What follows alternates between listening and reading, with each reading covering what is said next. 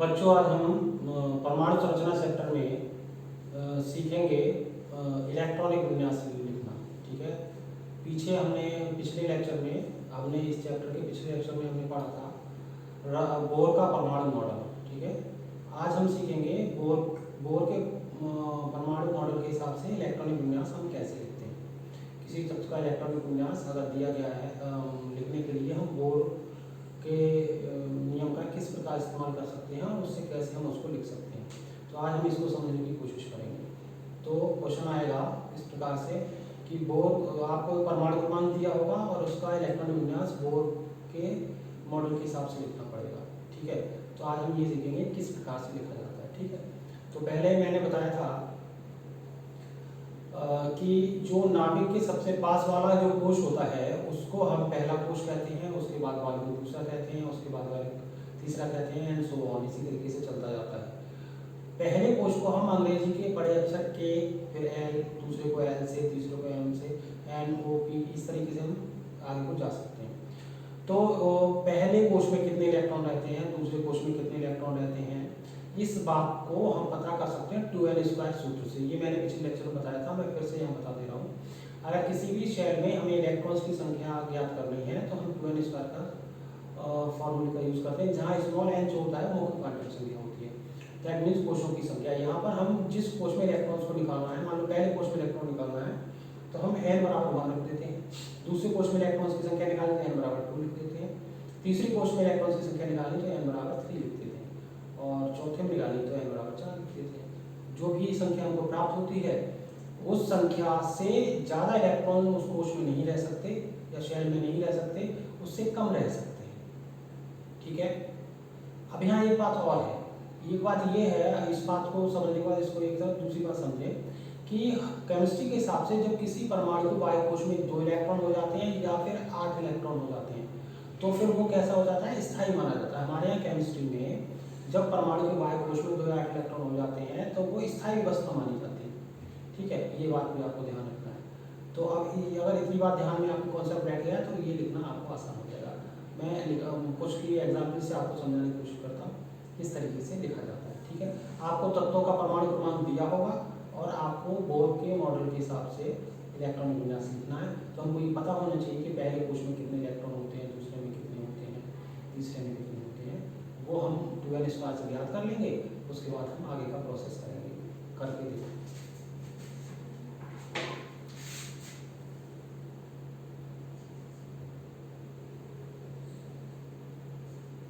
तत्वों के इलेक्ट्रॉनिक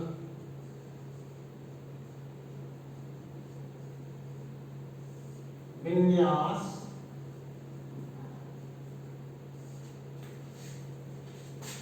ज्ञात करना। ठीक है,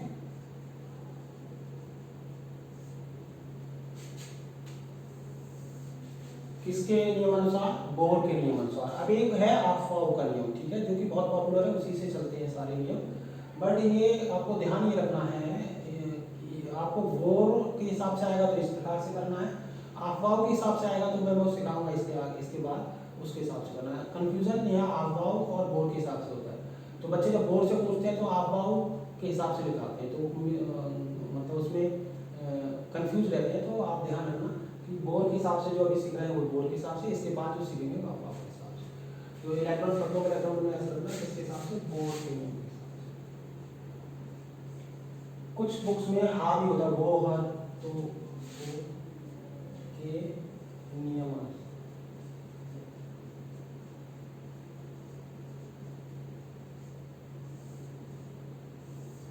ठीक है, तो कैसे करेंगे, तो पहले एक बार रिवाइज कर लेते हैं।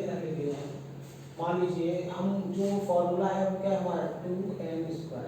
ठीक है, इससे हम ज्ञात करते हैं पहली कोश को हम रिप्रेजेंट करते हैं k से। ठीक है, तो 2 1 की घात 2, n की जगह हमने 1 लिख दिया तो कितना आ गया, तो l मतलब ये दूसरी कोश है तो इसमें कितना हम n में क्या लिख देंगे, तो 2 दूनी 4 दूनी 8 आ गया। m तो कितना लिखेंगे, 3 3 की 9 दूनी 18। ठीक है, m 4 चौक 16 दूनी 32। इसी तरीके आप निकालते जाएंगे तो आपको पहले कोष में 2 से ज़्यादा इलेक्ट्रॉन नहीं रह सकते, दूसरे कोष में 8 से ज़्यादा नहीं रह सकते, तीसरे में 18 से ज़्यादा नहीं रह सकते और n में 32 से ज़्यादा नहीं रह सकते।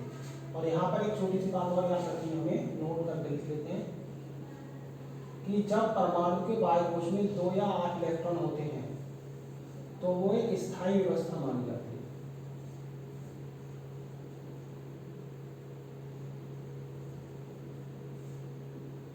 स्टेबल स्टेट, ठीक है। ये इतनी बातें ध्यान रखनी है, फिर हमारा आराम से लिख जाएगा। ठीक, अब यहाँ पे कुछ बातें हैं वो आप ध्यान रखते जाएंगे और उनको नोट करते जाएंगे। जैसे हम शुरू कर रहे हैं 10 से, मान लो हमें 10 का लिखना है इलेक्ट्रॉनिक विन्यास, तो परमाणु क्रमांक 10 का, तो अब हम लिखेंगे L M N, ठीक है। ये हमारा पहले, इस कोष में कितने रहते हैं इलेक्ट्रॉन? 2, इसमें 8, इसमें 18, इसमें 25, ठीक है। इस तरीके से इलेक्ट्रॉन्स रहते हैं, ठीक। तो 10 का लिखोगे तो इसमें पहले कोष में कितने भर सकते हो आप? ज़्यादा से ज़्यादा 2, तो 2 भर दो। अब 10 में से 2 भर दिए। अब ये क्या है? परमाणु क्रमांक होता है तत्व का। एक बार मैं फिर बता रहा हूँ, मैंने पहले भी लेक्चर में बता चुका हूँ। जैसे मान लीजिए तत्व कार्बन है और ये क्या है? 6 और ये है 12, तो यहाँ पर तत्व का परमाणु क्रमांक लिखा जाता है।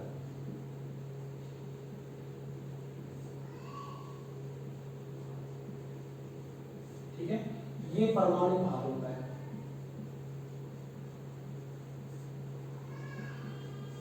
ठीक है, और परमाणु क्रमांक होती है प्रोटॉनों की संख्या।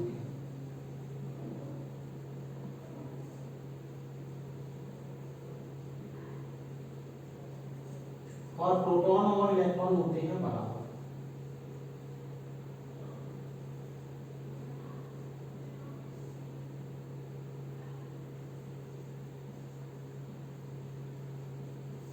किसी भी परमाणु में प्रोटॉन्स और इलेक्ट्रॉन्स की संख्या बराबर होती है। प्रोटॉन धनावेशित होते हैं, इलेक्ट्रॉन्स आपके ऋणावेशित होते हैं।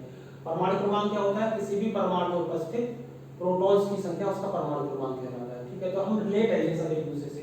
अगर आपको परमाणु क्रमांक पता है तो प्रोटॉनों की संख्या पता है, प्रोटॉनों की संख्या पता है तो इलेक्ट्रॉनों की संख्या पता है, और इलेक्ट्रॉनिक विन्यास लिखने के लिए आपको मतलब इलेक्ट्रॉन्स की संख्या ही चाहिए। तो अगर परमाणु क्रमांक दिया है तो मतलब इनडायरेक्ट वे उसने क्या दे रखा है? हमको इलेक्ट्रॉन की संख्या ही दे रखी है, तो हम उसे इलेक्ट्रॉन विन्यास लिख सकते हैं। ठीक है, तो ये इससे उम्मीद आपको समझ में आ गया होगा।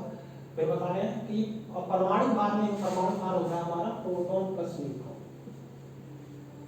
ठीक है, तो अगर आप परमाणु भार में से प्रोटॉन्स की संख्या घटा देंगे तो आपको न्यूट्रॉन्स रह जाते हैं। ठीक, तो अब इसमें हम क्या करेंगे?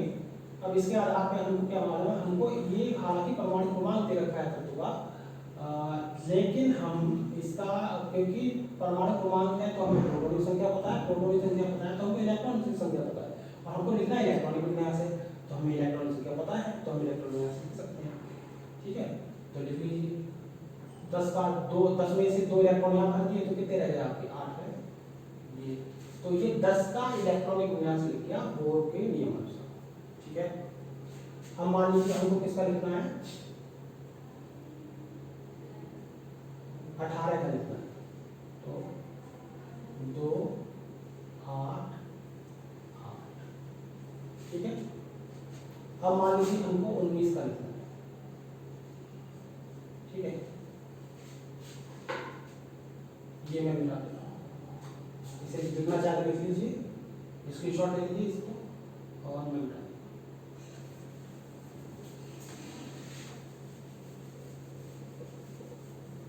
ठीक है, अब यहाँ से समझिए, यहाँ तक 18 तक लिखने में कोई दिक्कत नहीं है। अब यहाँ से आगे को लिखने में दिक्कत है। क्या दिक्कत? समझने की बात है कि मैंने पहले बोला कि 2 और 8 की जब व्यवस्था किसी बाह्य सेल में हो जाती है तो वो सेल अपने आप को स्थायी मानता है, वो स्थायी हो जाता है। और जो चीज़ स्थायी हो जाती है तो वो अपने आप को उसको अस्थायी क्यों करेगी? ठीक है, तो यही बात जिसको समझ में आ गई वो इलेक्ट्रॉन विन्यास हो गया। अब जैसे इस सेल, इस कोष में 18 रह सकते हैं, मैंने बोला इस संख्या से कम रह सकते हैं, ज़्यादा नहीं ले सकते। तो अब बच्चा कहेगा सर हम इसमें 2 भर दिए, इसमें 8 भर दिए, इसमें हम 9 कर सकते हैं कि 18 से तो 9 कम ही है। आपका लॉजिक सही है, लेकिन हम क्या बताया? हमने कहा जब किसी सेल में 8 इलेक्ट्रॉन हो जाते हैं तो वो हमारी कैसी व्यवस्था है, एक स्थायी व्यवस्था है। तो हम उस स्थायी व्यवस्था को क्यों डिस्टर्ब करेंगे, हमारी शेल क्या हुई, स्थायी है, तो वो अपने आप को क्या करती है, डिस्टर्ब नहीं करती। तब क्या करती है, वो अपना इलेक्ट्रॉन आगे बढ़ा देती है, यहाँ पर एक, ठीक है, इस सेल ने अपने आप को स्टार्टिंग रखा, उसने अपना इलेक्ट्रॉन आगे बढ़ा दिया। अब हम करते हैं 20 का, तो 2 8 8 2, ठीक है। अब आएगा 21 का, ठीक है। तो अब देखिए आप, तो 2 8 8 3, लेकिन नहीं, अब जब इस सेल में 2 हो गए तो अब ये सेल भी स्थायी हो गई, ठीक है, ये आउटर सेल क्या हो गई, स्थायी हो गई। जब ये आउटर सेल स्थायी हो गई तो अब ये वाली शेल इस कंडीशन में है कि इस इलेक्ट्रॉन को अपने आप को अस्थायी कर सकती है, क्योंकि इसकी बाहर की कोश क्या स्थायी है, मतलब इसको बाहर से कोई खतरा नहीं है, ठीक है। तो अब क्योंकि सेफ हो गया परमाणु 1 2 3 4, मान लो ये सेल है, नाभिक है 1 2 3 और 4, ठीक है। अब जब ये हमारा परमाणु में यहाँ पर इसमें 2 इलेक्ट्रॉन्स हो गए, तब ये शेल क्या करती है, आगे बढ़ाती है, मतलब अंदर वाली शेल्स में क्या लेना, 8 इलेक्ट्रॉन है, तो इसमें अपना 1 इलेक्ट्रॉन इसमें ले लेगी, यहाँ कर लेगी 9, यहाँ होगी 2। मैं समझाने की कोशिश ये कर रहा हूँ कि मतलब जैसे पहले कोश में कितने हैं, तो दूसरे में कितने हैं, 8,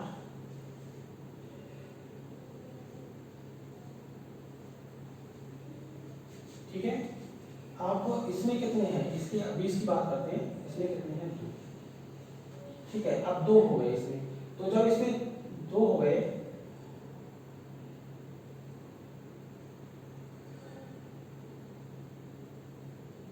अच्छा इसमें तीसरे वाले में भी 8 है, 2 4 6 8, ठीक है। 1 2 3, अब इसमें कितने हो गए, 2, ठीक है। अब देखिए आप, पहले कोश में 2 है, दूसरे वाले में 8 है, तीसरे वाले 8 में, इसमें भी 8 है, ठीक है। अब क्या है, ये हम 20 की बात कर रहे हैं, इस समय इसको नहीं लिख रहे, ठीक है। ये हमारा 20 की कंडीशन है, ये 20 का बना हुआ है परमाणु संरचना, ठीक है। अब क्या हुआ कि जैसे अब ये कोश जो है वो सबसे बाहरी कोश इसका क्या होगा, स्थायी, क्योंकि इस कोश में कितने हो गए, 2 इलेक्ट्रॉन। हमको 21 में करना है, तो 2 8 और 2 यहाँ है, मतलब हमारी ये जो चौथी शेल है वो कैसी है, स्थायी। ये पहली शेल है, ये दूसरी है, ये तीसरी है, ये चौथी शेल हमारी स्थायी है। तो अब तीसरी शेल अपने आप को क्या कर सकती है, स्थायी कर सकती है, क्योंकि बाहरी शेल इसकी क्या है, स्थायी होगी, तो उसको कोई डर नहीं है, क्योंकि सबसे बाहर का, अगर आपके घर की बाहर की दीवार मजबूत है तो अंदर और मेन गेट भी आपका मजबूत किवाड़ चढ़ी हुई है, तो अंदर आपके अगर किवाड़ नहीं भी चढ़ी है तो आपको ज़्यादा दिक्कत नहीं है। तो उसी हिसाब से जब परमाणु ने अपने आप को सोचा कि मेरी बाहरी शेल कैसे स्थायी है, तो मैं अंदर थोड़ा सा स्थायी हो जाता हूँ, तो मेरे को कोई दिक्कत नहीं है।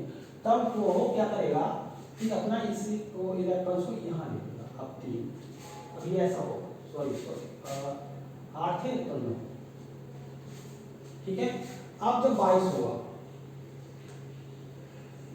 तो 2 8, यहाँ तो 2 ही रहेगा, इसको मिला दिया,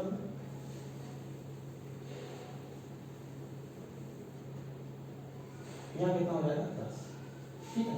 अब इस हिसाब से अब इस शेल में इलेक्ट्रॉन्स तब तक भरते रहेंगे जब तक यहाँ कितने नहीं हो जाएगा, 18। तो आप भर लीजिए 18 2 8 2, कितना हो गया, 18 2 20 10 30 का हो गया, ठीक है। अब और देखते हैं, अब मान लो हमको किसको भरना है, 31 का, ठीक है। अब आपकी मजबूरी है, ये सेल 18 थे, 18 इसमें भर गए, तो अब इसमें तो आप ज़्यादा भर नहीं सकते, तो अब 31 में कहाँ जाएगा वहाँ, अब वो स्थायी हो गई, अस्थायी हो रही है 3 पे, बट अब आपके पास कोई विकल्प नहीं है, आप इसको क्या करेंगे, यहाँ पे 3 कर देंगे, ठीक है। सॉरी 2 8 18 3, अब आप इसमें इलेक्ट्रॉन तब तक भरेंगे जब तक यहाँ 8 नहीं हो जाएंगे, और जैसे ही जब इसमें 8 होंगे, जब यहाँ पे 8 हो जाएंगे तो ये शेल कैसी हो जाएगी, स्थायी। जब ये स्थायी, जबकि इसमें 32 रह सकते हैं, लेकिन 8 जब हो जाएंगे तब ये हो जाएगी स्थायी, और फिर जो अगला इलेक्ट्रॉन आएगा वो यहाँ भरा जाएगा, और यहाँ तब तक भरा जाएगा दूसरे में जब तक यहाँ 2 नहीं हो जाएंगे। जब यहाँ 2 हो जाएंगे फिर इलेक्ट्रॉन्स इसमें बनना शुरू हो जाएंगे, और तब तक भरेंगे जब तक यहाँ 32 नहीं हो जाएंगे। ठीक है, इस तरीके से चलता है। मतलब जब बाह्यतम कोश में 8 इलेक्ट्रॉन हो जाते हैं तो वो अपने इलेक्ट्रॉन्स को आगे बढ़ा देती है, आगे वाले शेल में बढ़ा देती है, क्योंकि 8 की स्थिति में वो स्थायी हो गई, और जब वो स्थायी हो गई तो इलेक्ट्रॉन्स को आगे बढ़ा देती है, इलेक्ट्रॉन्स को तब तक आगे बढ़ाती है जब तक उसमें 2 नहीं हो जाते, क्योंकि 2 की कंडीशन में भी क्या होती है, स्थायी। तो 2 या और 8 की कंडीशन परमाणु हमारा कैसे होता है, स्थायी। और फिर जब फिर 2 होने के बाद भी जब इलेक्ट्रॉन आगे बढ़ता है तो फिर वापस पिछली वाली शेल में आप उसको भर सकते हो, क्योंकि अब वो, और उसमें तब तक भरोगे जब तक वो पूरी नहीं भर जाएगी। ठीक है, इसी तरीके से ये क्रम चलता रहता है, और हम इसको इस तरीके से लिखते हैं। ठीक है, यहाँ पे फिर समझ लीजिए, जैसे हमारा यहाँ 8 2 हो गया, जब जैसे 20 था 2 8 8 2। ठीक है, यहाँ से समझिए 18 8 था तो 19 में आया तो हम इसमें भर सकते थे, मतलब 9 भर सकते थे, क्योंकि मैंने बोला 18 से कम रह सकता है। ठीक है, लेकिन क्योंकि 8 में स्थायी हो गया तो हमने इलेक्ट्रॉन आगे बढ़ा दिया, फिर 20 का लिखा तो 1 इलेक्ट्रॉन आगे बढ़ा दिया। अब जब 2 हुआ तो ये हो गया स्थायी। ठीक है, जब स्थायी हुआ तो अब जब स्थायी हो गया तो अब 21 का जब लिखोगे तो यहाँ 3 नहीं करोगे, उसको यहाँ भरोगे, तब तक भरोगे जब तक इसमें 18 नहीं हो जाएंगे। 18 हो जाएंगे फिर इलेक्ट्रॉन जो भरा जाएगा तो आगे वाले भरा जाएगा, आगे वाले तब तक भरोगे जब तक 8 नहीं हो जाएंगे। 8 हो जाएंगे फिर इलेक्ट्रॉन आगे बढ़ा दो तब तक 2 नहीं हो जाएंगे, जब 2 हो जाएंगे तो वो सेल स्थायी हो जाएगा। स्थायी हो जाएगा तो इस पीछे वाले में आप इसमें चौथे शेल में आप इसको भरते रहोगे जब तक इसमें 32 नहीं हो जाएंगे। इस तरीके से हम बोर्ड पे इलेक्ट्रॉन लिखना सीखते हैं, और आप घर पे इसके लिखने की कोशिश कीजिए और बताइए आपको कितना समझ में आया। ठीक है, नीचे कमेंट में लिख देंगे आप वीडियो देखने के बाद, सर बोर्ड का कितना समझ आया, लिख पा रहे हैं आप नहीं लिख पा रहे हैं। ठीक, तो ये बोर्ड का इलेक्ट्रॉन विन्यास इस तरीके से लिखा जाता है। सीधा सीधा क्वेश्चन आएगा कि बोर्ड तत्वों के इलेक्ट्रॉन विन्यास इस तरीके से आपको परमाणु क्रमांक दिया होगा और आपको इलेक्ट्रॉन विन्यास लिखना होगा। ठीक है, अब यहीं पे मैं बता दे रहा हूँ आपको धनायन का और ऋणायन का इलेक्ट्रॉन विन्यास, उम्मीद इतना समझ में आ गया होगा।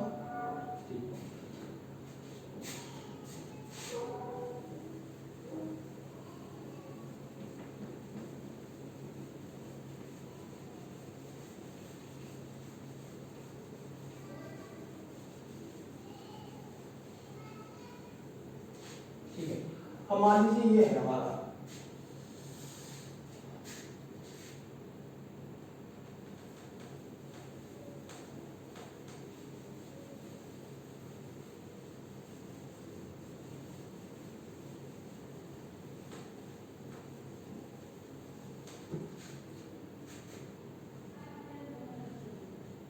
धनायन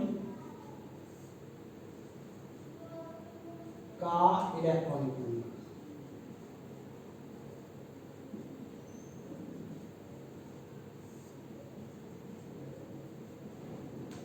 ओके, तो धनायन क्या होता है? धनायन होता है जब कोई परमाणु इलेक्ट्रॉन का त्याग करता है तो वो धनावेशित हो जाता है और धनायन बनाता है। ठीक है, मतलब उसने एक इलेक्ट्रॉन का त्याग किया, दैट मीन्स उसको उस पर 1 धनावेश आएगा, 2 का त्याग किया 2 धनावेश आएगा, 3 का त्याग किया 3 धनावेश आएगा।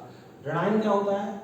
जब कोई परमाणु इलेक्ट्रॉन को ग्रहण करता है तो वो ऋणावेशित हो जाता है और ऋणायन बनाता है। जितने इलेक्ट्रॉन्स को वो ग्रहण करता है, 1 इलेक्ट्रॉन ग्रहण करेगा तो उस पर 1 ऋणावेश आएगा, 2 इलेक्ट्रॉन ग्रहण करेगा 2 ऋणावेश आएगा, 3 इलेक्ट्रॉन ग्रहण करेगा 3 ऋणावेश आएगा। इसको आप ऐसे भी समझ सकते हो, अगर किसी परमाणु पर मान लो हमारा सोडियम है, 1 प्लस लिखा है इसके ऊपर, तो आप इसको, ये सोडियम का धनायन है, सोडियम का परमाणु नहीं, सोडियम का धनायन है, तो आप धनायन देखते ही आपको समझ आना चाहिए सोडियम में 1 इलेक्ट्रॉन का त्याग कर रखा है।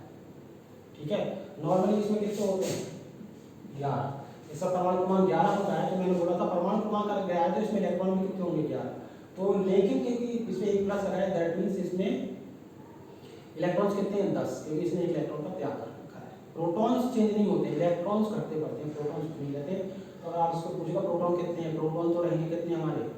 11, बट इलेक्ट्रॉन कितने हो गए हमारे? 10, क्योंकि इसमें 1 इलेक्ट्रॉन का त्याग कर रखा है। ठीक है, तो इसका इलेक्ट्रॉन विन्यास अगर आपको आता है तो हम कैसे लिखेंगे? मान लीजिए सोडियम से ही देखते हैं जाएंगे, तो पहले शेल में कितने भरोगे आप? अगर इस पे धनायन नहीं होता तो 2 8 और 1 ये करोगे। अब ये मान लो Na+ का लिखना है, 11 Na+ का, तो क्या करना है आपको, एक इलेक्ट्रॉन का क्या धनायन कब बनता है, जब वही परमाणु इलेक्ट्रॉन का त्याग करता है।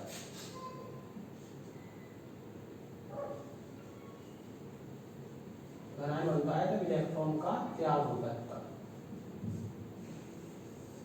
ठीक है, तो अब कर दीजिए इस इलेक्ट्रॉन को निकाल दीजिए, तो 2 8। तो ये जो आपका है ये सोडियम की धनायन है, ये सोडियम का है, परमाणु नॉर्मल स्टेट में। ठीक है, अब समझिए मैग्नीशियम 12। अगर मैग्नीशियम में कोई आवेश नहीं होता तो इसका होता 2 8 2। ठीक है, अब उसने दे दिया मैग्नीशियम के ऊपर 2+, तो आप करेंगे 2 8, ये दोनों इलेक्ट्रॉन आप निकाल देंगे, तो मैग्नीशियम के 2+ होता है। ऐसे एल्युमिनियम का 13,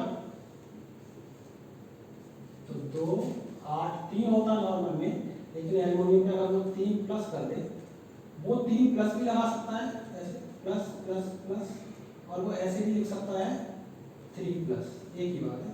तो 3 इलेक्ट्रॉन निकाल देंगे, 2 8 3 निकाल दीजिए, तो धनायन का इलेक्ट्रॉन मिलेगा। तो मतलब आउटर शेल में से जितने प्लस लगे हैं उतने इलेक्ट्रॉन्स आपको कम कर देने हैं, वो उस धनायन का इलेक्ट्रॉन विन्यास हो जाएगा। ठीक है, तो ऋणायन में क्या होगा, आपको आउटर शेल में उतने इलेक्ट्रॉन बढ़ा देने हैं जितने उस पर ऋणावेश।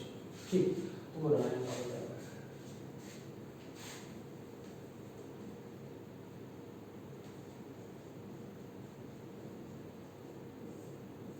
ऋणायन का इलेक्ट्रॉन विन्यास। ठीक है, अब देख लीजिए इसका स्क्रीनशॉट ले लीजिए।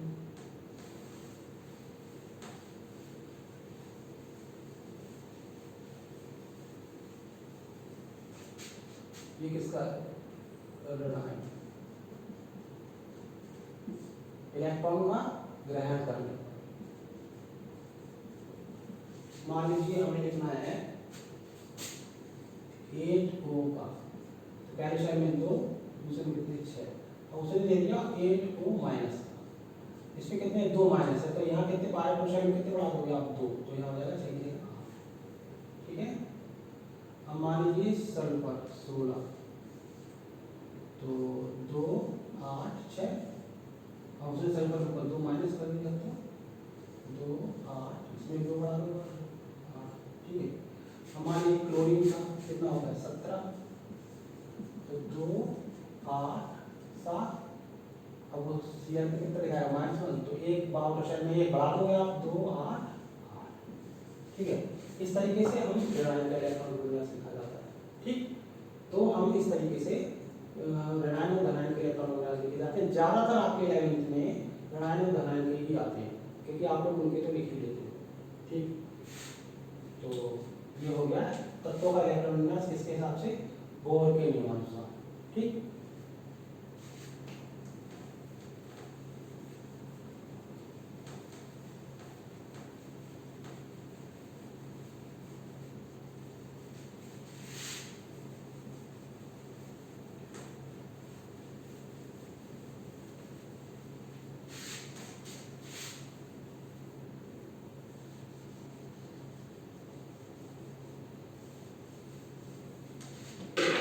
तो एक बार फिर से रिवाइज करते हैं। बोर के नियम अनुसार क्या है, बोर के नियम अनुसार था कि जब आप इलेक्ट्रॉन विन्यास लिखते हो और आउटर शेल में हमारे कितने इलेक्ट्रॉन हो जाते हैं 8, तब हम वो इलेक्ट्रॉन आगे वाली शेल में बढ़ा देते हैं, तब तक बढ़ाते हैं जब तक उस शेल में 2 इलेक्ट्रॉन नहीं हो जाते। जब 2 इलेक्ट्रॉन हो जाते हैं फिर हम पिछले वाले शेल में इलेक्ट्रॉन भरना शुरू कर देते हैं, तब तक भरते हैं जब तक वो पूरी नहीं भर जाती। जब वो पूरी भर जाती है फिर से हम आगे शेल में इलेक्ट्रॉन भरना शुरू करते हैं 2 वाली में, और तब तक भरते हैं जब तक उसमें 8 नहीं हो जाते। जब 8 हो जाते हैं तो फिर हम आगे को बढ़ा देते हैं इलेक्ट्रॉन जब तक 2 नहीं हो जाते, फिर वापस हम उस 8 वाले पे भरना शुरू करते हैं तब तक जब तक वो पूरी नहीं भर जाती। इस तरीके से ये क्रम चलता रहता है, और हम बोर के हिसाब से बोर इलेक्ट्रॉन विन्यास को लिख सकते हैं। धनायन होगा तो आवेश के साथ वो उतने इलेक्ट्रॉन निकाल देने हैं जितना परमाणु में धनावेश दिखाया गया है। ऋणावेश ऋणायन होगा तो जितने इलेक्ट्रॉन ऋणावेश उसको दिखाए गए उतने इलेक्ट्रॉन आउटर शेल में बढ़ाते हैं, आउटर शेल मतलब बाहर को उसमें इलेक्ट्रॉन बढ़ाते हैं। ठीक है, इस तरीके से हमने बोर के इलेक्ट्रॉन विन्यास को लिखना सीखा। ठीक, अगला बात अगले लेक्चर में।